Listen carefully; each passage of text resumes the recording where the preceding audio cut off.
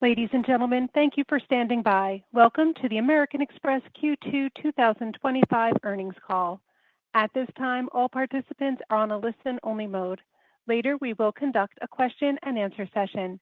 If you wish to ask a question, please press star, then one on your touch-tone phone. You will hear a tone indicating that you have been placed in queue. You may remove yourself from the queue at any time by pressing star, then two. If you are using a speakerphone, please pick up the handset before pressing the numbers. Should you require assistance during the call, please press star, then zero. As a reminder, today's call is being recorded. I would now like to turn the conference over to our host, Head of Investor Relations, Mr. Kartik Ramachandran. Thank you. Please go ahead. Thank you, Donna, and thank you all for joining today's call. As a reminder, before we begin, today's discussion contains forward-looking statements about the company's future business and financial performance. These are based on management's current expectations and are subject to risks and uncertainties. Factors that could cause actual results to differ materially from these statements are included in today's presentation slides and in our reports on file with the SEC. The discussion today also contains non-GAAP financial measures. The comparable GAAP financial measures are included in this quarter's earnings materials, as well as the earnings materials for the prior periods we discuss. All of these are posted on our website at ir.americanexpress.com. We'll begin today with Steve Squeri, Chairman and CEO, who will start with some remarks about the company's progress and results. And then Christophe Lekayak, Chief Financial Officer, will provide a more detailed review of our financial performance. After that, we'll move to a Q&A session on the results with both Steve and Christophe. With that, let me turn it over to Steve. Thank you, Kartik, and good morning, everybody, and thanks for joining us on a beautiful Friday morning here in the summer. So, thank you. We had another strong quarter. Revenues reached a record $17.9 billion, up 9% year over year. Earnings per share, $4.08, up 17%, excluding last year's gain from the sale of the Certify. Total card member spending was up 7%, which was consistent with the pattern we've seen this year. While spend in some of the travel categories like airlines and lodging was softer overall, spending was a quarterly record. Based on our strong performance year to date, we are reaffirming our full-year revenue growth and EPS guidance that we provided in January. Last month, we received the results of the Fed's annual CCAR process, which set our preliminary stress capital buffer requirement at the lowest permissible level of 2.5%. The results once again demonstrated that we had the lowest projected credit card loss and highest profitability rates under the Fed stress test among all banks subject to CCAR. These results were a testament to the earnings power of our resilient business model and our strong capital position. Looking ahead, we're very excited about the upcoming refresh of our U.S. Consumer and Business Platinum cards this fall. The competition for premium customers, while always intense, has been especially heated for over a decade. And it's been a very good thing for our customers, for the category, and for us. In fact, the past decade has been one of the very best in terms of growing our premium card portfolios and scaling our card member base. As the industry leader in premium cards, we benefit from the strong interest in the category. The total addressable market is growing at a healthy rate globally, driven by several factors, including our own value proposition innovations, the investments of competitors, and generational shifts in the appeal of premium products. As a result, the basis of competition has shifted, especially among affluent consumers, away from cashback and no-fee products and towards partner-added value, access, experiences, and superior customer service, where we do excel. We believe we can continue to lead in this space as the category and competitive interests continue to grow. But let me tell you why. To start with, we've led the premium card category for over 40 years. We achieved that position by creating a multifaceted, membership-focused business model, which includes a wide range of assets that set us apart and, when taken together, are very difficult to replicate. To build on our success, we've increased our focus on the premium space over the last several years, strategically invested in refreshing our products regularly all around the world. Our refresh strategy focuses on enriching our value propositions with more benefits and offerings in areas that our customers value most, at a price point that delivers outstanding value. A key element of this strategy is our ability to attract a growing number of premier partners who fund offerings to gain access to our large-scale, high-spending customer base. Beyond the individual product value propositions, we're also constantly evolving our suite of experiences and benefits that set the competitive standard, giving our card member access to over 27,000 of the most sought-after restaurants, wineries, and other venues through Resi and Top, the largest airport lounge network in the industry, which includes 30 proprietary Centurion lounges today, with more on the way, as well as access to all Delta lounges, exclusive experiences across sports, fashion, and entertainment, and a wide range of benefits at over 2,600 premium hotels and resorts worldwide. This strategy has worked especially well for us. For example, in each of the recent refreshes we've done for our U.S. consumer Gold, Delta, and Hilton cards over the last 2 years, customer demand has increased, driving double-digit account growth. Revenue growth in each of the 3 portfolios is up over 30%, with card fee revenues up at least 60%. And spend retention remains very high at 98%, and we've seen no meaningful change after the refreshes. Additionally, the high credit quality of the new customers we're bringing in has helped us widen the gap between our credit metrics and the rest of the industry. As we look ahead to our U.S. Platinum launches, you can expect to see this same formula, providing the best premium experience to card members with more differentiated benefits and more world-class partners joining us to offer card members more value that substantially exceeds the annual fee. Longer term, when you combine our proven product refresh strategy with our global premium customer base at scale, our network of world-class partners, our lifestyle-oriented, membership-defined brand, and an addressable market that is growing at a healthy annual rate globally, especially in key areas we're focused on the premium sector and younger consumers. These are all the reasons why we believe we have a long runway for growth and can sustain our momentum and our leadership in the premium space going forward. I'll now turn it over to Christoph to provide more detail on the second quarter results. Thanks, Steve, and good morning, everyone. Let me start with the highlights for the quarter on slide 2. As Steve noted, we reported revenue growth of 9% and earnings per share of $4.08, up 17%, excluding the gain from a certified last year. On slide 2, you'll see a list of several notable developments in the quarter. We've selected these highlights because they are great indicators of the progress we're making towards our long-term strategy across key areas of the business, like technology, partnerships, or products. Before we get into the detail of this quarter's results, let me step back for a moment to reflect on what the trends from this quarter indicate. When you look at our performance across spend, transactions, demand for new cards, retention, and credit in the context of the significant macroeconomic and geopolitical developments of the past few months, what you see is remarkable resilience across our customer base. And while there may be a bit of prudence around the edges, this performance indicates the strength of our business model and strategy. Turning to Build business trends. At the overall level, spend was consistent with Q1, up 7% for the quarter. Goods and services spending, which accounts for over 70% of our business, continued to grow at a similar pace to Q1. T&E growth was down a bit versus Q1, driven by softer airline and lodging spend, while restaurant spending continued to be very strong, up 8% FX adjusted. Our fastest growing cohorts kept up their momentum. In the U.S. consumer business, millennial spend was up 10%, and Gen Z spend was growing around 40%, though starting from a smaller base. And our international business continued to grow in double digits, up 12% FX adjusted in the quarter.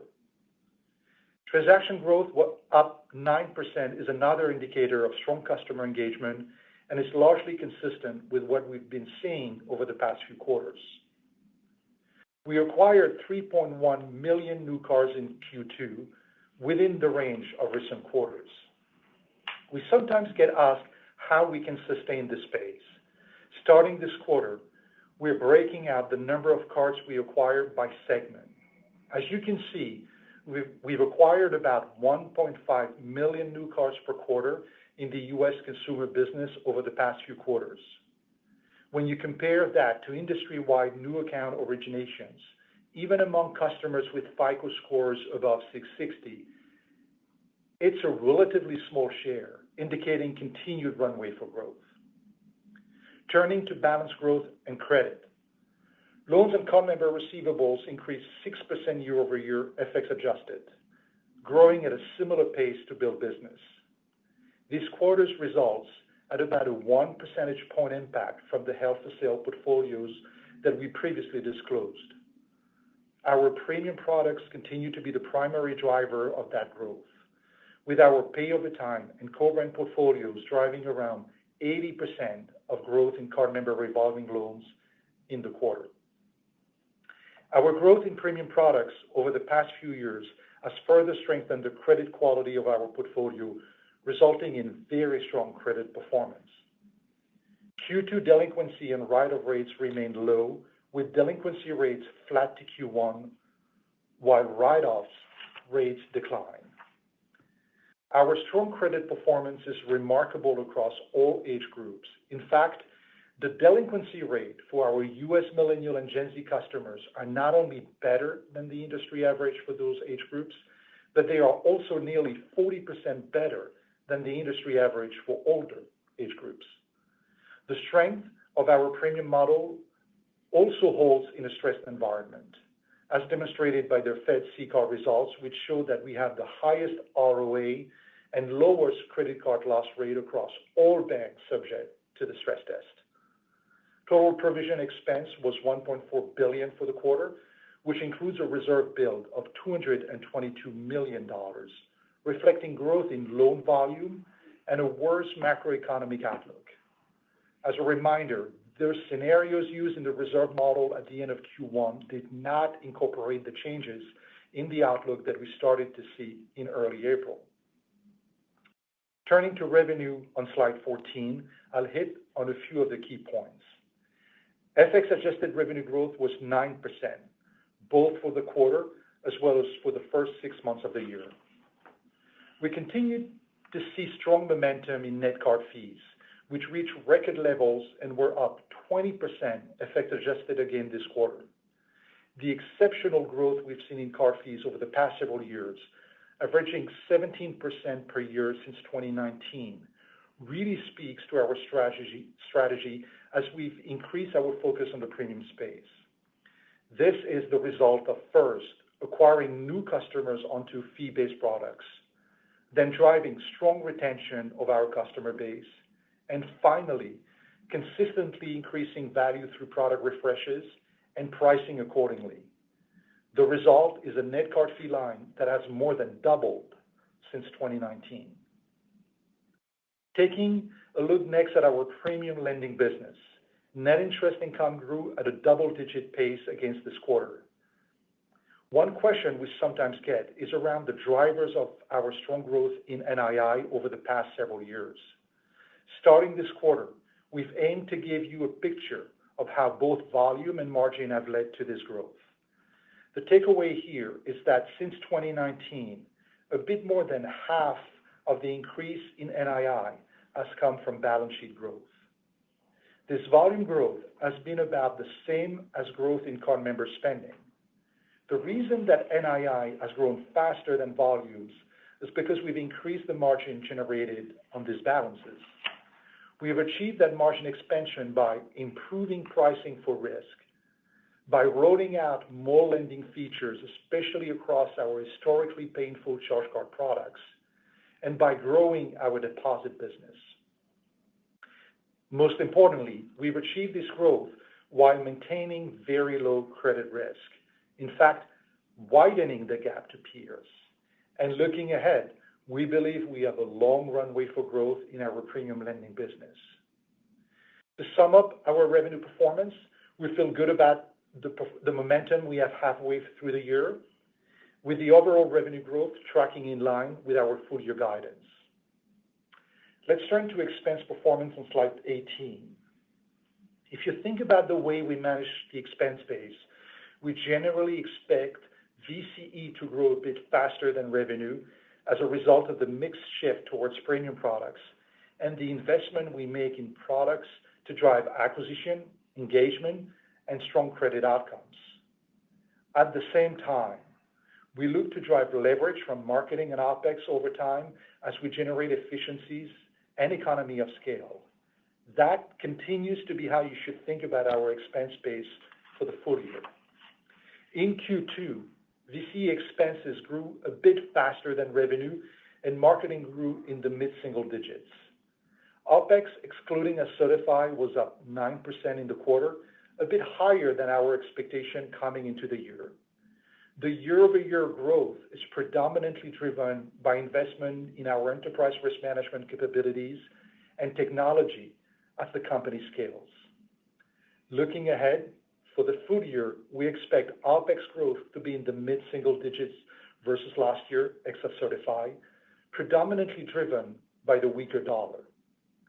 As you think about the ability of our business model to drive expense leverage, I'd note that since 2023, we've driven 4 points of operating leverage, with operating expenses as a percentage of revenue down from 25% in 2023 to 21% this quarter.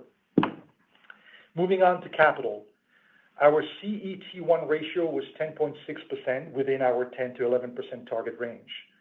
We returned $2 billion of capital to our shareholders, including $0.6 billion of dividends and $1.4 billion of share repurchases. In Q1, we increased our dividend by 17%. Based on the CCAR results, our preliminary stress capital buffer requirement remains at 2.5%, the lowest prescribed level, allowing us to continue executing our disciplined capital management strategy while returning excess capital to our shareholders. Our business continues to generate very strong returns, with an ROE of 36% in the quarter, providing us with capital flexibility. That brings me to our 2025 guidance. We're now halfway through the year, having delivered 9% FX-adjusted revenue growth and EPS of $7.71. Trends across the business have been largely stable. While there continues to be uncertainty in how the coming quarters will play out, we have increased confidence in our path forward. As a result, we are reaffirming our full-year guidance of revenue growth of 8 to 10% and earnings per share between 15 and 15.50. With that, I turn the call back over to Kartik, and we'll take your questions. Thank you, Christophe. Before we open up the lines for Q&A, I will ask those in the queue to please limit yourself to just one question. Thank you for your cooperation, and with that, the operator will now open up the line for questions. Operator? Ladies and gentlemen, if you wish to ask a question, please press star, then 1 on your touch-tone phone. You'll hear a tone indicating that you've been placed in queue. You may remove yourself from the queue at any time by pressing star, then 2. If you're using a speakerphone, please pick up the handset before pressing the numbers. One moment, please, for the first question. Our first question comes from Sanjay Sakhrani of KBW. Please go ahead. Thank you. Good morning. Steve, Christophe, I know build business trends have been pretty resilient in the face of this uncertainty on the macro side. I'm just curious how you guys are planning for maybe just the intermediate term on spending trends. I assume it's stable, but what gets things going? I know SMB has been sort of the hardest hit, airline spend as well. And if I could just ask on that same vein on SMB, maybe you could just address that Amazon portfolio loss and sort of how we should think about how that plays into SMB. Thanks. Yeah. So I think, look, I think we're just planning for it to continue to be consistent as it is. And I don't know what gets it going. I'm not sure anybody really knows what gets it going. We live in uncertain times, but I think people are continuing to live their lives. And what we're seeing right now is very consistent spending. You're seeing a little bit of a slowdown in airline, not necessarily front of the cabin. You're seeing a little bit of a slowdown in lodging, but again, not necessarily on the high transactions, which are up.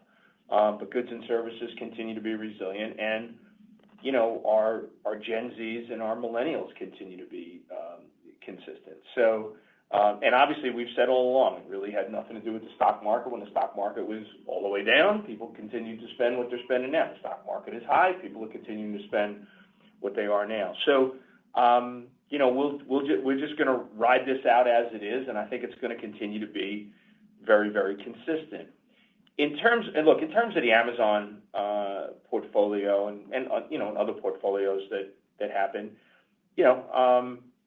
Amazon and Lowe's as well. They're both good card accepting merchants, and we're going to continue to do business with them. But sometimes things just don't work out economically, and I think one of the things that we've seen in this space, unlike in the T&E space, is you've seen portfolios move in retail. I mean, it's not an unusual thing to see portfolios move in retail, and for us, it really just wasn't working out, and that's just the way it is. I don't think it really is going to have much of an impact from an SMB perspective for us, either one of those portfolios. I think from SMB, I think SMBs are a little bit more circumspect, I think, than the consumers are right now, and so not buying maybe as much inventory and maybe not spending as much, and so I think they're going to need probably a little bit more assurance from an economic perspective longer term for that to get going. So, but having said all that, I think from an SMB perspective, while billings are probably not where we want them to be, our revenue from this segment continues to be strong. Our credit metrics continue to be strong. Our lending book is strong, and our fee-based business here is strong. So overall, we're happy with SMB. We'd like to see more billings though. Hey, Sanjay, just add one thing in terms of the billing and the outlook. One of the things that provides support to our billing growth is the strength of our new account origination. And you certainly saw that we added a little bit more disclosures and details on our new cards acquired, and 3.1 million new cards this quarter and 1.5 million in the U.S. consumer. So, we see a lot of stability there, and with the upcoming, launch of the Platinum Card, that gives us confidence in our ability to originate new cards in the balance of the year, and that will certainly support the billing growth. Thank you. The next question is coming from Ryan Nash of Goldman Sachs. Please go ahead. Good morning, everyone. Good morning. Good morning. So, Steve, you spent a decent amount of time talking about the refresh of the U.S. Platinum that's coming in the fall. We obviously had a refresh from Chase. Citi's coming out with a new card. Obviously, COF coming out after that part of the market. Now, I know that it's always competitive, but how do you think about the risk of too many players going after the same customer? Many of them are copying your value proposition, and inevitably, what do you think this means for pricing power over time? Thank you. May the best company win. That's what I think. Look, I think that it really hasn't. It's not all that different. I mean, remember, Citi took a hiatus for a while. I mean, when you think about this space over the last 10 years, it's been extremely competitive. And you saw that Chase came out. It was like 10, 11 years ago, and since that time we've done 3 refreshes, and Citi was in the market, and then they popped out. Now they're back in. So, and you have Capital One, but I think what's happened is this focus by the banks in general and us on this premium space has been good for customers. I think it's been good overall for the industry, and if you look at the track record, it's been really good for us. I think since our last refresh, we've pretty much doubled our base. I think what the industry has proven is that consumers will pay for value, and as long as you're delivering value, I think you still have that pricing power. I mean, I think it's all about. I think when you look at who we're all acquiring here, and we're acquiring, lots of Gen Zs and lots of millennials with these cards. They're very value conscious, and they look at this and they basically say, look, for whatever the fee may be, I'm getting the value. And if they don't feel they're getting the value from the Platinum Card, they can look at the Gold Card, and they get that. So I think it's good for the industry. I think pricing power is much more tied to the value that you provide. And I think, as I said before, as long as we continue to do what we're doing, which is, I believe, offer the best product in the industry and leverage the assets that we do have, which, some of them obviously I'm not going to go through again, but I mentioned them, in my opening remarks. I think we're going to be, continue to be in good shape. I think, for anybody in this space, complacency is a death knell, and you can't be complacent, which is why we're on a very regular cycle of refreshing these products. And anybody thinks that we're refreshing the product in response to, what our competitors are doing is crazy. We have our own schedule, and I think we'll see what we see in the fall, but we feel really good about what we're going to launch on both products, consumer and small business. Thank you. The next question is coming from Mark DeVries of Deutsche Bank. Please go ahead. Yeah, thanks. I had a related question on the upcoming Platinum refresh. I know you're not going to preview it now, but I was just wondering if you could just comment kind of qualitatively. Should we expect the same type of meaningful step up in added value relative to the fee that we've seen in past refreshes? And then also, how do you just think about the risk that as you do that, you're kind of asking more of the customer to both kind of track what all those incremental sources of value and engage more deeply to kind of justify the added step up in fee? Well, I'll tell you what, if you don't tell anybody, I'll give you the preview. Look, I think that, I'm not going to get into ratios here, but what I would say is, our strategy has always been to, if we do raise the fee, it has always been to add incrementally a lot more value. In terms of, that's the same playbook. In terms of, as you think about the consumer, years ago when we used to do these things, we used to try and figure out how the consumer couldn't use the products and services. But what we find is we make these things really easy for consumers to use now. And we make it such that it's a wide range of value. And so, while not every consumer will use 100% of the value, getting back to your second point, we have enough disparity in the price and the value that you don't need to use all the value to get the value out of the product. I know there's a lot of value words there, but and that's what we'll continue to do. And I think that one of the things that we've done here is we really have expanded over our last refresh the set of services and benefits and premium partners that are in the product. And not every card member uses every benefit, but that's okay because it gives people the opportunity to pick and choose. But they do use enough of the services and the benefits that it more than outweighs whatever fee they're going to pay. And maybe just to build on, how this is going to play out in the financials, the way to think about it, Mark, is that as we launch the new value proposition, you should expect to see a step up in the cost of card member services. And as what we do is just like we wait until the renewal anniversary of the card member to increase, to move the card member to the new price point. So, and then we amortize it over 12 months. So the cost of card member services moves kind of like immediately, and it takes, like maximum 2 years for the card fee benefit to flow through the P&L. But all of that was kind of like built in our guidance, in our planning and expectations since the very beginning.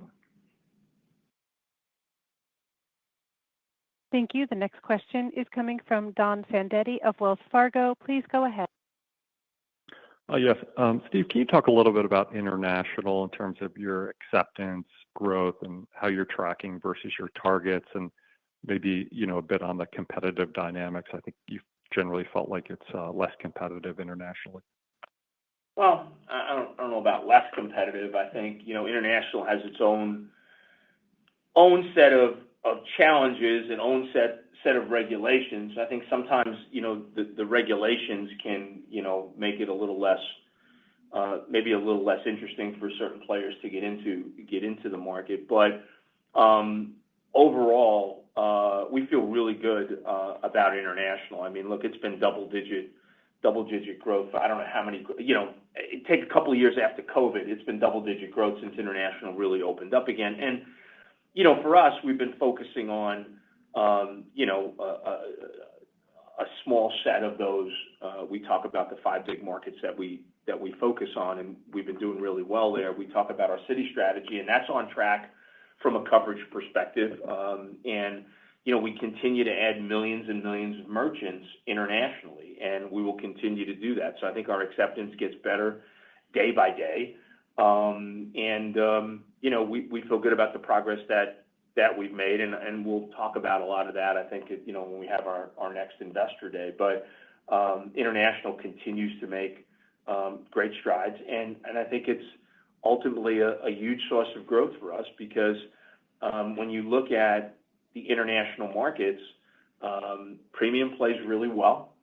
In a lot of cases, just about every market, actually, our premium products are priced higher than they are in the U.S. And I think when you look at our share internationally, it's very, very low. And the other part about it, when you look at small business, which I think there's big opportunity for us in small business, it really is a market that's really nascent at this point. So we're very excited about international, and we're getting those growths with coverage that is still improving.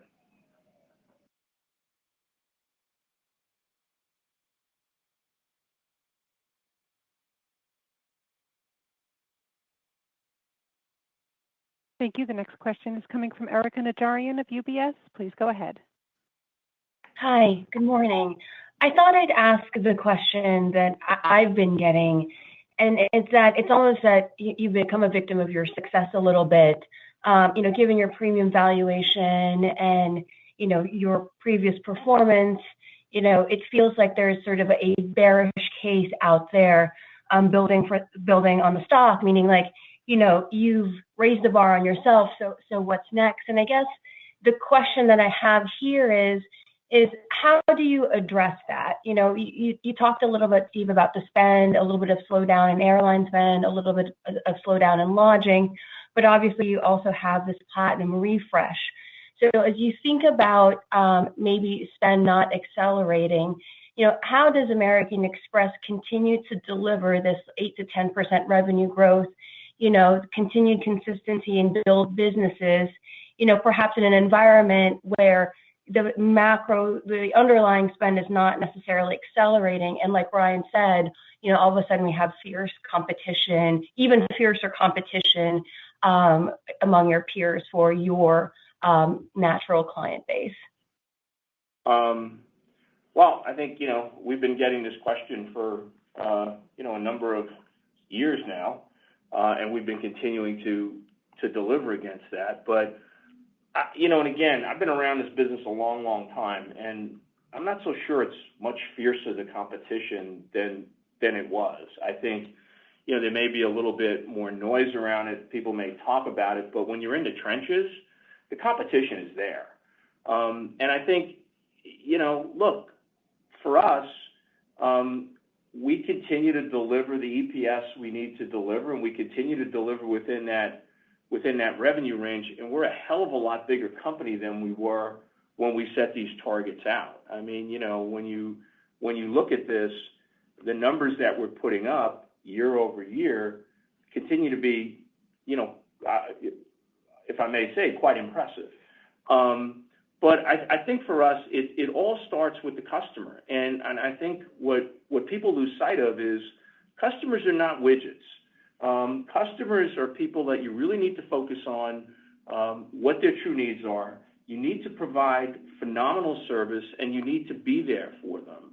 And to us, customers, we treat every customer as if it's the only customer we have. And if you ever call into our servicing center, there is quite a difference between how American Express treats their customers and how a lot of our competitors treat their customers. It is a huge difference. I think the other thing that I would say is, when you think about sort of what we're doing with this product refresh strategy, it's not just Platinum. We've refreshed hundreds of products over the course of the last few years, and we'll continue to refresh hundreds of products around the world. And so, look, the bearish case can continue, to develop, but we will continue to do what we do best, which is focus on our customers, continue to create innovative products and services, and continue to make investments that are providing returns to our shareholders. So, look, I mean, as I said, I've been around a long time. I think the competitive environment to me hasn't been all that much different than it's been for the last 10 years. I think there's probably a lot more press about it, but we feel it every single day, and I think it makes us a lot better. Thank you. The next question is coming from Rick Shane of J.P. Morgan. Please go ahead. Thanks for taking my questions this morning.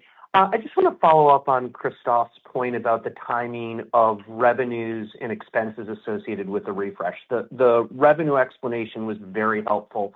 Can you talk about the timing of expenses associated with it? Have you pulled some of that forward in anticipation, or should we see a step function over the next year or two consistent with what you're describing on the revenue side? We haven't pulled anything, from the very beginning. This was our plan, and we planned accordingly and guided accordingly. Maybe let me kind of reiterate what I just said previously, right? So what you should expect is an increase in our cost of card member services, after the launch of the Platinum Card. So, most likely, say in Q4. And the card fee increases will take a little bit more time to filter through the P&L. And all in all, this will be value accretive for us and for our shareholders.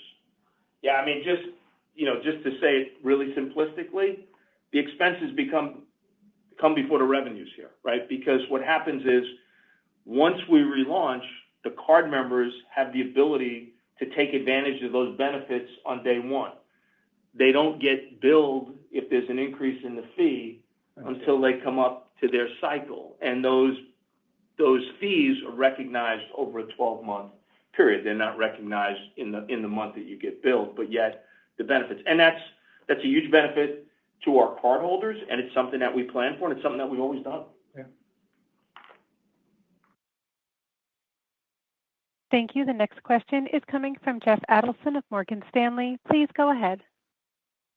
Hey, good morning, Steve and Christoph. Just wanted to focus on the airline lounges. Obviously, that's a really important part of the Amex offering. But I guess longer term, as you kind of continue to put up this really robust growth in card members, how do you navigate some of the concerns about lounge access and overcrowding? Is that something you'll maybe look to address in the next round of refresh? And we've continued seemingly to see a step up in competition from the likes of Chase and Capital One with their own build out. And I think there's been more of a focus from the airlines lately to kind of build their own offering or enhance their own offering. So I guess, how do you think about navigating that competition longer term and just maybe addressing the concern of overcrowding? Thanks. Yeah, I think that, look, what we've tried to do is a couple of things. Number one, we've tried to, like a lot of the airlines done and a lot of the other cards have done, we did this probably before people did it, but, provide some priority. The other thing is, we're trying to make the lounges bigger. I think this whole lounge game has been a boon for airport authorities in terms of how many lounges they can put in.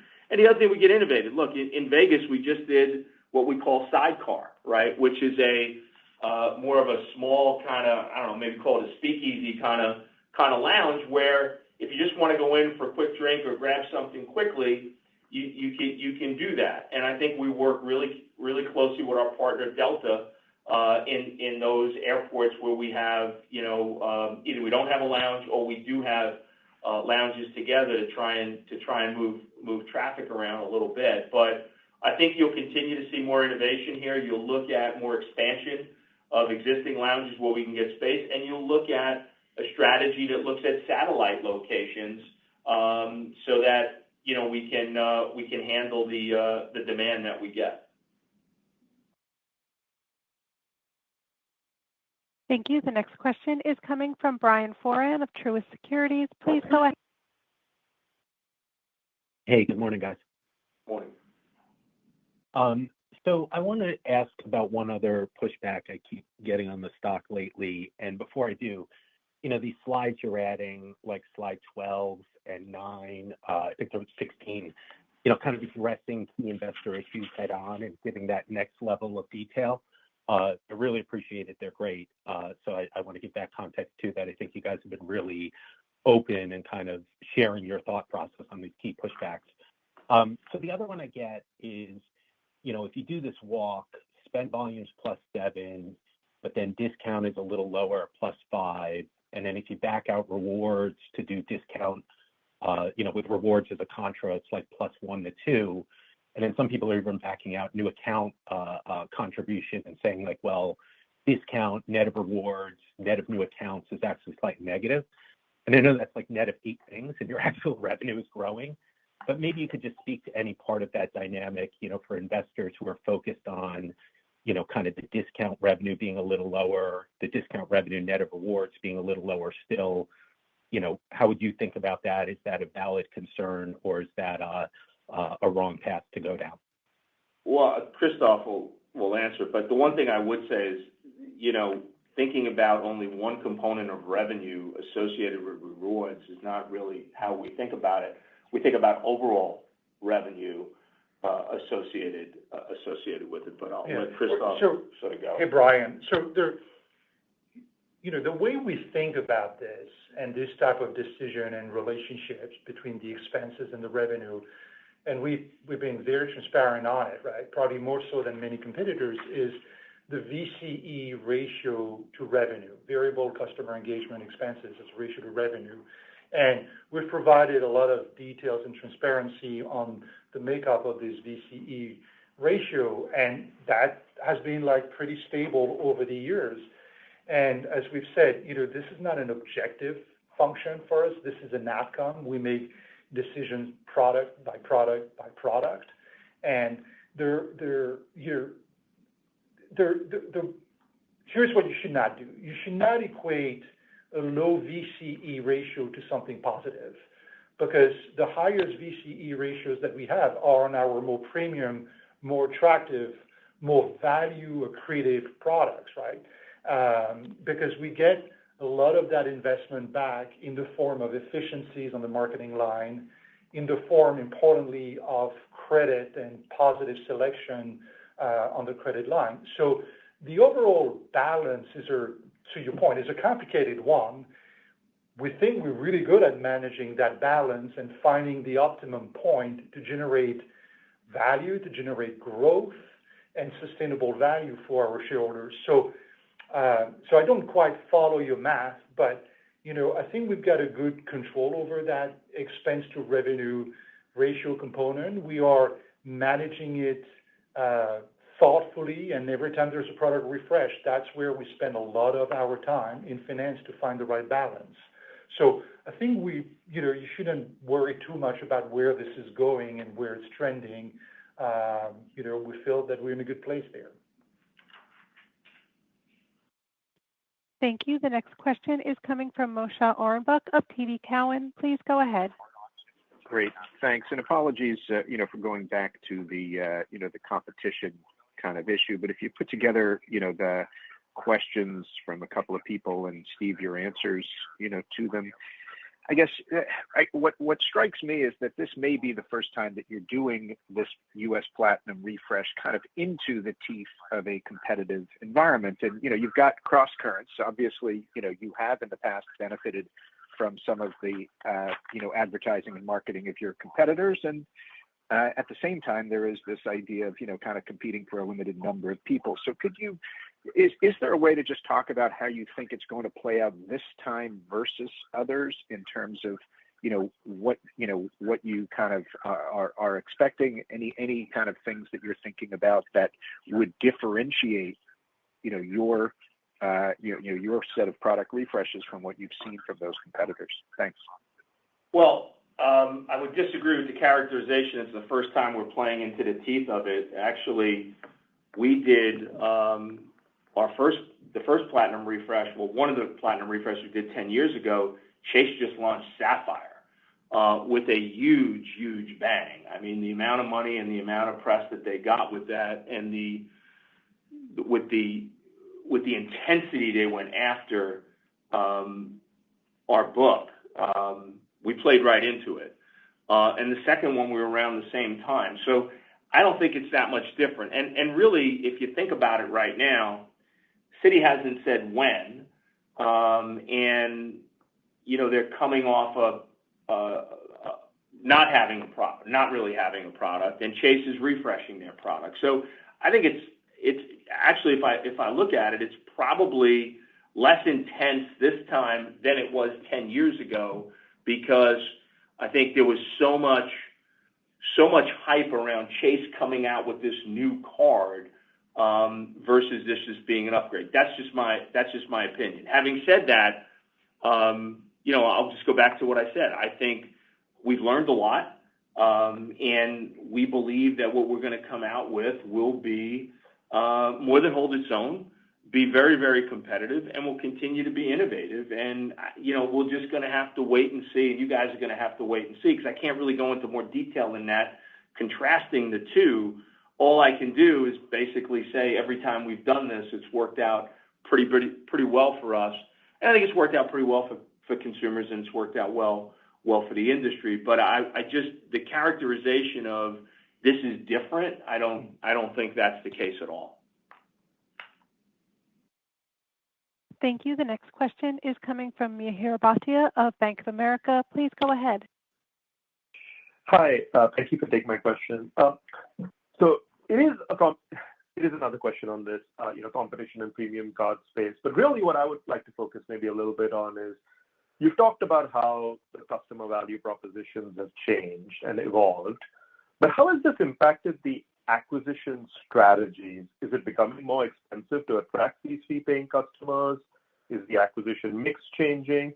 And really putting it all together at the end of the day, are returns in the premium card space stable, increasing, decreasing? Because, yes, value propositions are increasing, but fees are increasing, card usage is increasing. So I'm just trying to get a sense of that. Thank you. So I can help you a little bit with that. The way this competition is materializing is that it's expanding the demand for premium products. So it's definitely giving us the opportunity to deploy more marketing dollars at very, very attractive returns. That's the way it's materializing, right? Because there are a lot more consideration now among the prospect population for a premium products than there was, say, 10 years ago, where we were the only player in that space. And every time card members look at or consider either Platinum card or premium card, they consider the Platinum card. It's almost inevitable. And so that opens up an opportunity for us to put an offer in front of them. So, the biggest benefit for us here, it's really hard to compare the ROI 10 years ago to the ROI today, but the level of marketing dollars, the quantity of marketing dollars we're deploying today is much bigger than what we were doing, say, 10 years ago. And I attribute a lot of that to a lot more activity in the marketplace, a lot more competition.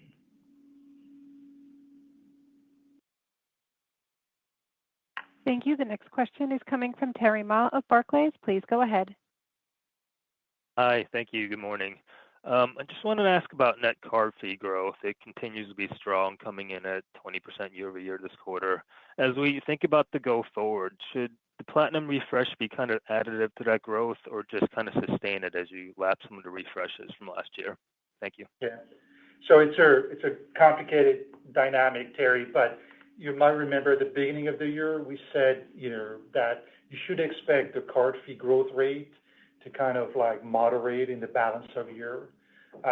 We still believe that's going to happen. So you should expect to see that in Q3 and Q4.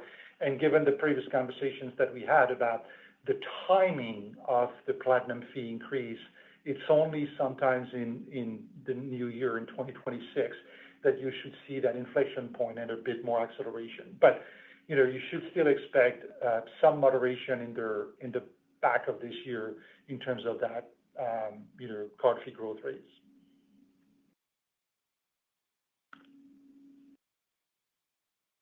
Thank you. The next question is coming from Craig Maurer of FT Partners. Please go ahead. Yeah, hi, thanks. Wanted to, competition aside and Amex's right to win aside, wanted to ask about how perhaps the mix of new acquisition is changing. And the reason why I'm asking is, does the slowdown in travel spend put at risk the fantastic new acquisition channels you have with your co-brand partners like Marriott and Delta? Do we have to think about that at all when it comes to net new card growth? And, just secondly, just quickly on the EPS guide, you had nice outperformance in EPS, but am I just reading it correctly that the projected increase in VCE spend as a percentage of revenue in the back half of the year, which seems to be related at least in part to the Platinum refresh, is what's keeping you from raising the range? Thanks. So hi Craig, on the acquisition mix, there's not been like a big change in terms of our mix over the past few quarters and almost should say over the past few years, right? And one way, we're trying to characterize it for you is just by calling out the percentage of these new cards that are coming on a fee-paying product, right? And has been in that 70% range for a few quarters now, and I don't really expect to see a change there. To your second question about the earnings per share and the VCE in the balance of the year. So listen, we're not giving guidance specifically, let alone quarter by quarter on the VCE ratio. There's just like so many moving parts here, and we also, lapping, some product refreshes from the past. So, the way I think about that VCE ratio over time, it's not new. It's just you should expect that VCE ratio to slightly tick up over time as more and more, as the mix, not only in terms of acquisition, but in terms of engagement of the portfolio, is trending a lot more towards premium product and fee-paying product. So that's going to put a little bit of upward pressure on the VCE ratio. But that's as far I would go in terms of commenting on where this is going to go in the balance of the year. Thank you. Our final question is coming from Chris Kennedy of William Blair. Please go ahead. Good morning. Thanks for taking the question. Just wanted to change the topic a little bit. You have the announcement with Coinbase, and Amex Ventures does a lot of investing in the space. Can you just give your latest views on stablecoin and implementing blockchain technology into your tech stack? Yeah, well, let me just talk about sort of stablecoin. I think it's been a lot of conversation around stablecoin and cryptocurrencies and what have you. And I think, when you start to look at digital currencies, we've got the cryptocurrencies, XRP, Bitcoin, Ethereum, and things like that. And I think that has sort of proven out that that's not really going to take the place of any fiat currency. It's more of a sort of an investment vehicle at this point. And I think, as we've said for a long time now, that when you think about digital currencies, you need to think about sort of stable coins, and you need to think about government digital currencies. And it looks like now, while there hasn't really been a lot of progress on government digital currencies, there has been a lot of activity, at least a lot of noise around stable coins. And I think there is a role in the payment systems for stable coins. There is a role in the value system for cryptocurrencies. And I think when you look at what we did with Coinbase, as we see stable coins, we believe will be used for lots of cross-border transactions, small businesses, things like that. But remember, with stable coins, you are trapping that liquidity, and you do need off-ramps. And I think the partnership that we have with Coinbase does two things. Number one, it does provide that off-ramp, but number two, what they've decided to do from a rewards perspective is allow you to earn, digital currency, and obviously they're one of the largest keepers of digital currencies. And so I think that's a really interesting thing. As we think about stable coins a little bit, into the future here, you can see this as a way for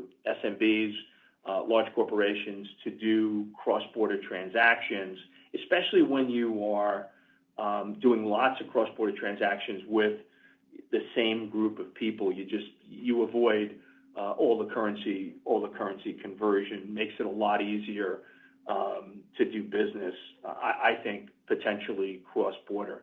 That's not a big sort of revenue driver for us, foreign currency exchange and currency revenue for us, but it is an opportunity, and it's one that we are seriously looking at, and potentially to figure out how we think about either partnering or how we think about our own foray into stable coins, especially for small businesses where we do have a large share. So I think there's a lot more to come here. I think the bill will be signed today in terms of overall regulation, and there's more to play out. But I think what you will see is companies like American Express, Visa, and MasterCard being off-ramps for digital currencies. And I think that's an important part that we play. Will they replace, the existing payment rails? No, they were not going to replace the existing payment rails.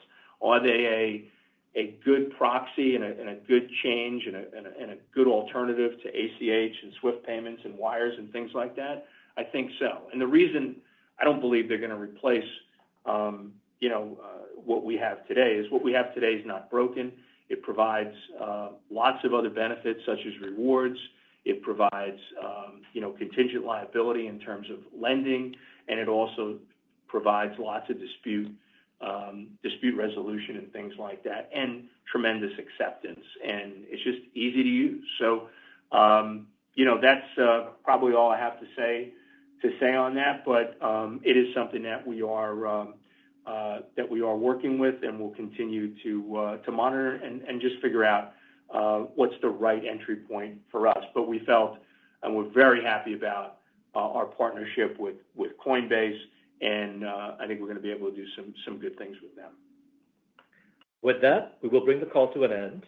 Thank you again for joining today's call and for your continued interest in American Express. The IR team will be available for any follow-up questions.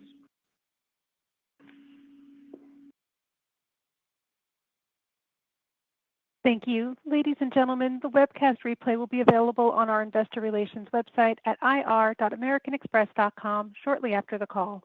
You can also access a digital replay of the call at 877-660-6853 or 201-612-7415. Access code 13754529 after 1 p.m. Eastern Time on July 18th through July 25th.